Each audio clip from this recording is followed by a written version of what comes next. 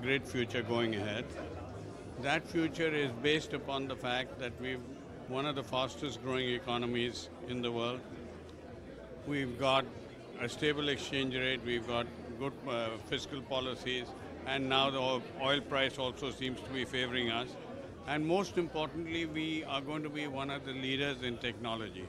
So we will leapfrog the rest.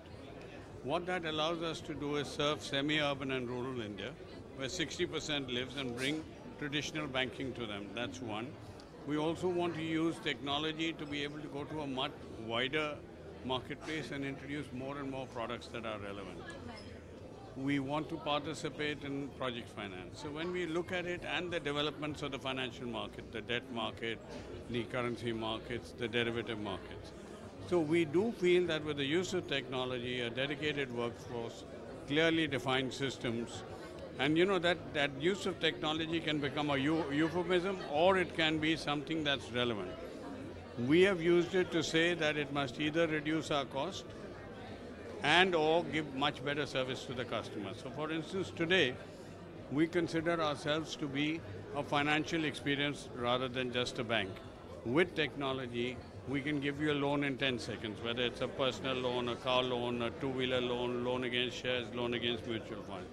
We can also give you a far greater shopping experience. For instance, you'd be surprised to know that the cheapest telephone, mobile, if you want, you come through us. And anywhere, because we will take you, we'll shop and compare, take you to the cheapest place, and then give you 10x reward points. You want a consumer durable loan without interest, you come to us. These are all things for an aspirational India. So we do believe that there is a fantastic opportunity. Okay, so from an aspirational India to coming to the key RBI board meet that we do have. Now, there are various issues that would be discussed. One would be the relaxation of the PCA norms. Do you really think that this is really required in order to further boost the kind of credit that the lack of ability to give credit into the system given the liquidity crisis? So, okay, I'll have to say this, that I do believe that these discussions should be behind closed doors by people who are competent to take that. And I think that constructive discussion is always welcome. Okay, one more.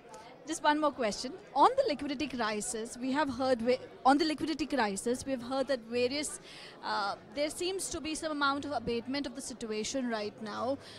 Do you think that more we are out of the woods from a huge amount of crisis there?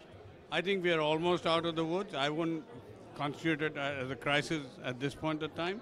I think the Indian banking and economic system is safe, secure and sound.